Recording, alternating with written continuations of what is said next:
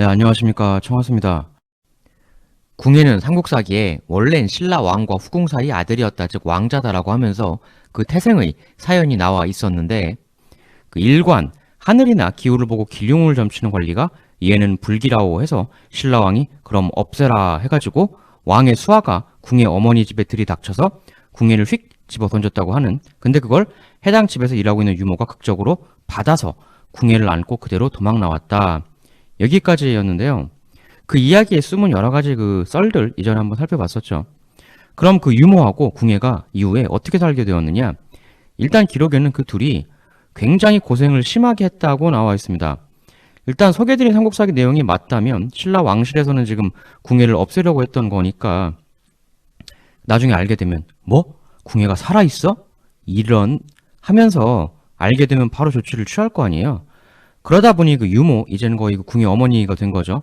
이제 그분이 이제 궁예하고 숨어서 살아야만 했을 것이다. 그러면 굉장히 사는 게 고달팠겠죠. 근데 여기서 이제 그 대충 보면 별것 아닌 듯 하지만 묘한 삼국사기 기록에 나옵니다. 삼국사기. 숨어서 살게 된 이유. 근대 궁예는 커가면서 나이 10여 세가 되도록 심한 장난질을 도무지 멈추질 않았다. 그러자 유모는 궁예를 불러 이렇게 말하였다. 너는 태어나자마자 나라로부터 버림을 받은 몸이다. 그러나 내가 너를 차마 그냥 내버려 둘 수가 없어서 오늘날까지 이렇게 몰래 길러온 것이다. 헌데 너는 이렇게 온갖 미친 짓을 하니 필시 너의 존재가 다른 이들에게 알려지게 될 것이 아니더냐. 이를 어쩌면 좋단 말이냐. 보통은 이 기록에 대해 그냥 소년 궁예가 말썽이 무지하게 심했나 보구나. 떡잎부터가 이상한 인간이었구만. 이 정도로 생각하고만 넘어가는데, 일단 삼국사기 보면 그 이에 대해 보시다시피 궁예가 한 행동, 그 광자를 쓰고 있어요. 그 미칠 광자를. 근데 여기서 그 유모의 말을 보면 단순한 흔한 꼬마의 말썽이 아니었던 것 같아요. 너의 존재가 다른 이들에게 알려지게 될 것이 아니더냐. 그 지금 유모가 걱정을 하는 거는 궁예의 존재가 세상에 드러나게 될 것이 두렵다라는 것이죠. 단순히 개구쟁이가 말썽이 심하다. 그런 게 아니라는 거예요. 아니 근데 이게 나이 어린 꼬마가 해봐야 뭔 짓을 하길래 다른 사람에게까지 널리 알려지게 된단 말인가? 유명해지게 된단 말인가? 그리고 설사 뭐 유명한 악동, 말썽쟁이라고 소문이 난다 한들 내가 신라왕의 숨겨진 아들이요라고 궁예 본인이나 유모가 대놓고 이야기하지 않는 이상 또 그게 뭐 얼굴에 써있는 것도 아니잖아요. 알 수가 없는 일이거든요. 그냥 흔하게 넘어갈 수도 있는 어린 꼬마의 말썽. 그러니까 꼬마가 해봐야 뭘 대단한 걸 하겠어요. 근데 그게 신라의 왕자라는 존재가 드러남 하고 왜 이퀄이 되는 건지, 꼬마 수준에서는 도저히 할 수 없는 어마어마한 대잘못 행위를 저질렀나?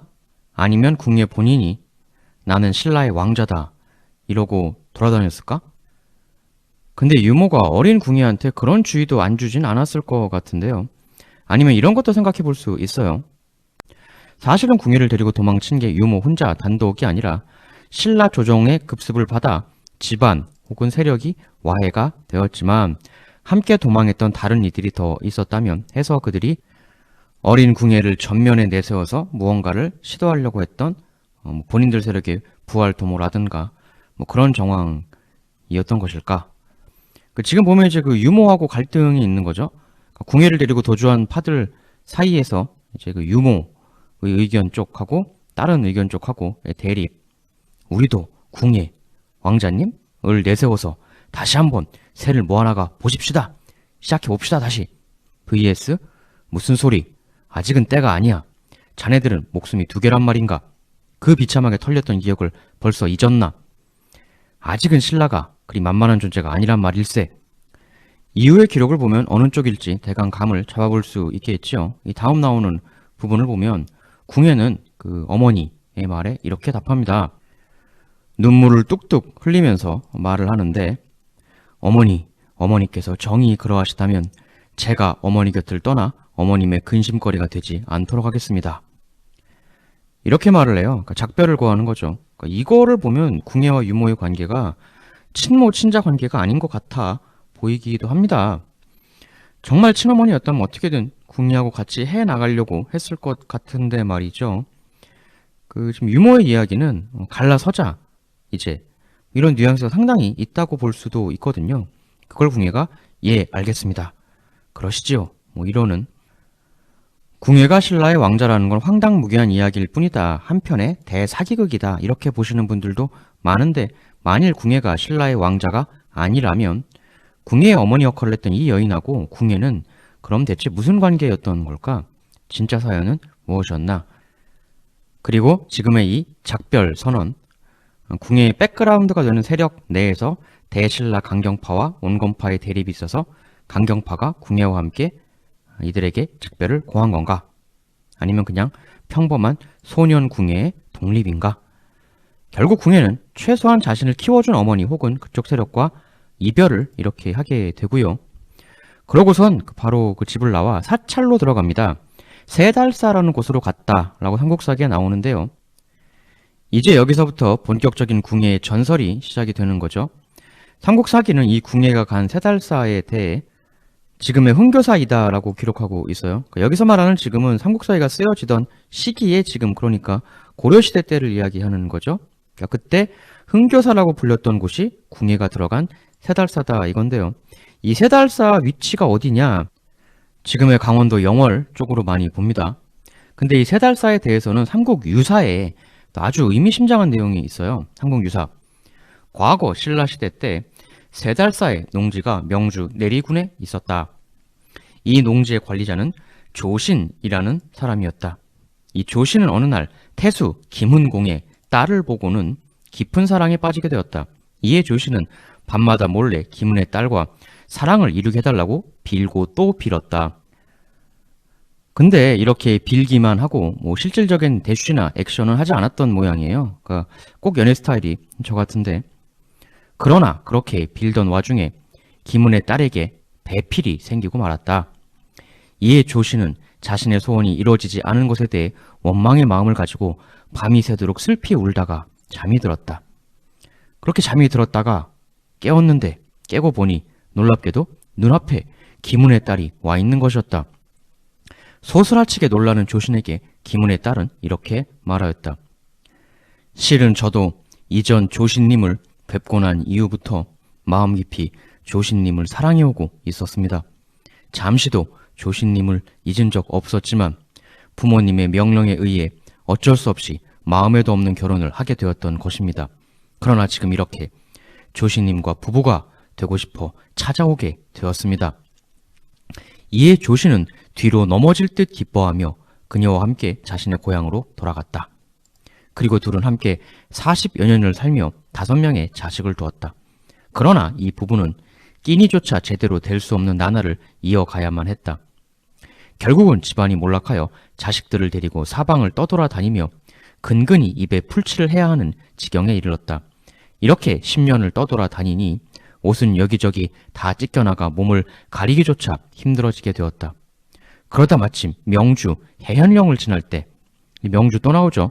굉장히 중요합니다. 향후 스토리에 있어서 기억을 해주시고, 해현령을 지날 때 15살 난 큰 마지가 끝내 굶어 아사하여 통곡을 하며 길가에 묻었다. 이에 남은 4자식을 데리고 우곡현 길가에 초가집을 짓고 살았는데 나중에는 두 부부 모두 늙고 병이 들어 제대로 거동하기조차 힘든 지경이 되었다. 이에 10살 난 딸이 국어를 하러 다녔는데 다니다가 마을을 횡행하던 개에게 물려 비명을 지르며 돌아와 알아누웠다. 두 부부는 모두 목이 메어 차마 말을 잇지 못하였다. 결국 부인이 눈물을 훔치며 이렇게 말했다. 제가 처음 당신을 만났을 때는 우리 다 젊었었고 저도 아름다웠으며 제가 입고 있던 옷도 깨끗했지요. 맛있는 음식이 하나라도 생기면 당신과 나누어 먹었으며 얼마 안 되는 따뜻한 옷감이라도 있으면 당신과 함께 옷을 해 입었지요. 그러나 근래 들어 쇠약해져 병은 더욱더 심해지고 굶주림과 추위가 날로 강해지니 아주 작은 변변찮은 음식도 사람들은 잘 주질 않습니다. 집집마다 다니며 구걸을 해야 하는 이 마음, 태산보다도 더 무겁습니다.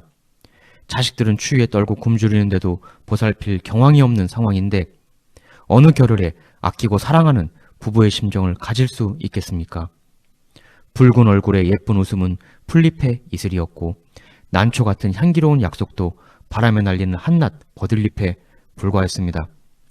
가만히 지난날 우리가 즐긴 즐거움을 생각해 보건대 그것은 우환으로 올라가는 계단이었던 것입니다. 여러 마리 새가 함께 굶주리는 것이 어찌 한 마리 새가 거울을 보고 짝을 그리워하는 것만 같겠습니까? 가고 멈추는 것은 사람에 달린 일이 아니며 헤어지고 만나는 것은 운수가 있는 법입니다. 부디 여기서 우리 헤어집시다. 이 말을 듣고 조씨는 매우 기뻐했다라고 삼국유사에 나와요.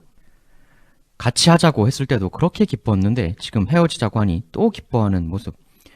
결국은 두 부부가 자식들 둘씩 데리고 부인은 고향으로, 조씨는 남쪽으로 각각 헤어집니다. 근데 잠에서 깨죠. 그러니까 지금까지 말씀드린 이 모든 건 사실은 다 하룻밤 꿈이었던 거예요. 사실은 왜 김은혜의 딸이 다른 사람이랑 결혼한단 말인가 이렇게 울면서 자기도 모르게 잠들었는데 바로 그 잠들었을 때 꿈에서 이러한 일장춘몽을 꿨던 것이죠. 조씨는 이 꿈을 통해 큰 깨달음을 얻습니다. 삼국유사 아침이 되어 보니 조신의 수염과 머리는 온통 하얗게 새어 있었다. 한동안 멍하니 저편을 바라보던 조씨는 더 이상은 세상에 뜻이 없어졌고 괴로운 생애에도 실증이 나니 한평생 고통을 실컷 다 맛본 것 같았다. 세속을 탐하는 마음도 눈 녹듯 사라졌다. 조씨는 꿈에서 본 마지를 묻었던 명주 해연령을 가보았다. 거기를 파보니 그 안에선 돌미륵이 나왔다. 이후 그는 농장의 소임을 그만두고 부지런히 선업을 닦는 일에만 매진했다. 그 뒤에는 그가 어디로 갔는지 알 수가 없었다.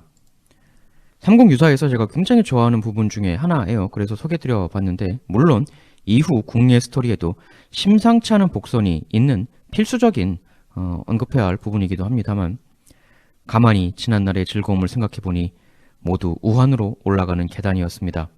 불타는 열망, 바램, 갈망, 가래. 그것은 우리를 어디로 데려가는가? 이 이야기의 주인공 조씨는 그 궁예가 어머니 곁을 떠나 들어갔던 세달사에서 일하던 사람이었죠. 거기서 김훈이라는 인물의 딸에게 연심을 느꼈다. 즉, 이 세달사는 김훈이라는 인물과 관계가 있다 이거죠. 김훈이 누구냐? 신라 민해왕 시절에 그 장보고하고 김우징, 후일의 신무왕, 김량 이런 사람들이 이렇게 이제 그 민해왕 쪽으로 이제 반란을 일으키잖아요. 당시 이때 대군을 거느리고 이 장보고 및 연합군 이쪽하고 대결했던 것이 김훈이었습니다. 근데 김훈이 이 대결에서 패해요. 이후 그 민해왕은 김량의 군사들에 의해 시해되죠. 그리고 신무왕 등극. 근데 여기 그 김훈하고 그 이쪽 김량하고는 사촌간입니다. 그러니까 김훈이 사촌 형이에요. 그러니까 지금 사촌 동생에게 패한 거죠. 이후 김훈은 신라 중앙정계에서 은퇴하고 은거를 하게 되는데요. 한국사기. 김훈은 그 이후 소백산에 들어가 갑옷을 입고 나물밥을 먹으며 지내다가 859년 47세 일기로 세상을 떴다. 이렇게 되어 있습니다. 그러니까 권력투쟁에서 밀리고 김훈이 은거하게 되는데 이 김훈의 잔존 세력이 세달사와 연관이 있는 것이 아니냐. 아까 그 삼국유사 내용에 따라서 그런 이제 추론이 나오게 되는 거죠. 그 세달사로 지금 궁예가 들어간 거고 그 왕위를 빼앗긴 왕 쪽에 섰던 사람들이 패배 후 밀려나 은거, 와신상담 그와 관련된 곳이 세달사다. 근데 거기로 궁예가 갔다. 그러면 만일 궁예가 그 역시도 쫓겨난, 밀려난 신라의 왕자였다면 근데 그가 들어간 곳이 하필 세달사. 이 궁예가 세달사로 들어가게 된 거는 궁예의 백그라운드와 대체 어떤 관련이 있을까? 그곳에서 궁예는 중앙에서 밀려나 울분에 차있던 구신라의 강자들과 합류하여 무언가 교감을 했을까? 이렇게 그 김훈을 이 관점으로 설명하는 프레임도 있는 반면 사실 이것보다 더 많이 보는 관점이 따로 또 있는데요. 이 김훈이 그 유명한 그 김주원의 후손이기도 하거든요. 이 김주원이 그 김훈의 증조부예요. 조금 말씀드린 그 설명보다 프레임이 더 얘기가 많이 되는 이유가 뭐냐면 이렇게 이제 김주원, 김훈 이쪽 그 라인에서 또 다른 인물이 하나 더 등장을 하고 그 인물하고 나중에 궁예가 바로 엄청나게 큰 연결이 되기 때문이죠. 이 인물과 이 프레임으로 설명하는 이야기는 나중에 이 인물의 등장과 함께 또 설명을 드리겠습니다. 매우 중요한 이야기예요. 여하튼 어머니 곁을 떠나 처음으로 들어간 3달사에서 그 궁예는 아마도 반신라, 더 정확히 이야기하면 신라의 현 기득 세력에 반감을 가진 이들, 한때는 신라 최고위층이었으나 중앙 정계에서 이탈했던 세력, 그들과 만났던 것은 아닐까. 궁예가 3달사에 들어가고 난 이후에는 이런 기록이 또 보여요. 한국 사기. 3달사에 들어간 궁예는 장성하자 계율에 구애받지 않고 기상이 활발하며 배심이 있었다. 한 번은 제를 올리러 가는데 길에 까마귀가 무언가를 물어다가 궁예의 바리떼에 떨어뜨리는 일이 있었다.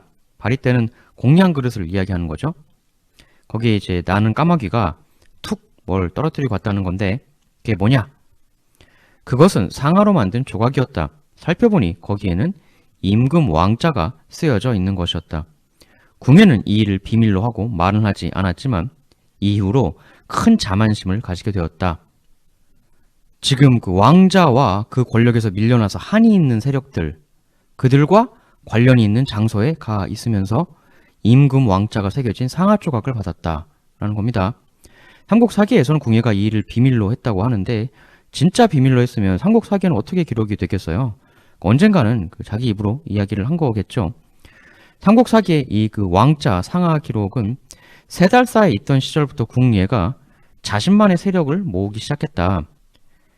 이 시그널로 봐야 하는 게 아닌가 싶죠. 이건 두 가지인데 궁예 본인이 내가 신라의 왕자 출신이다.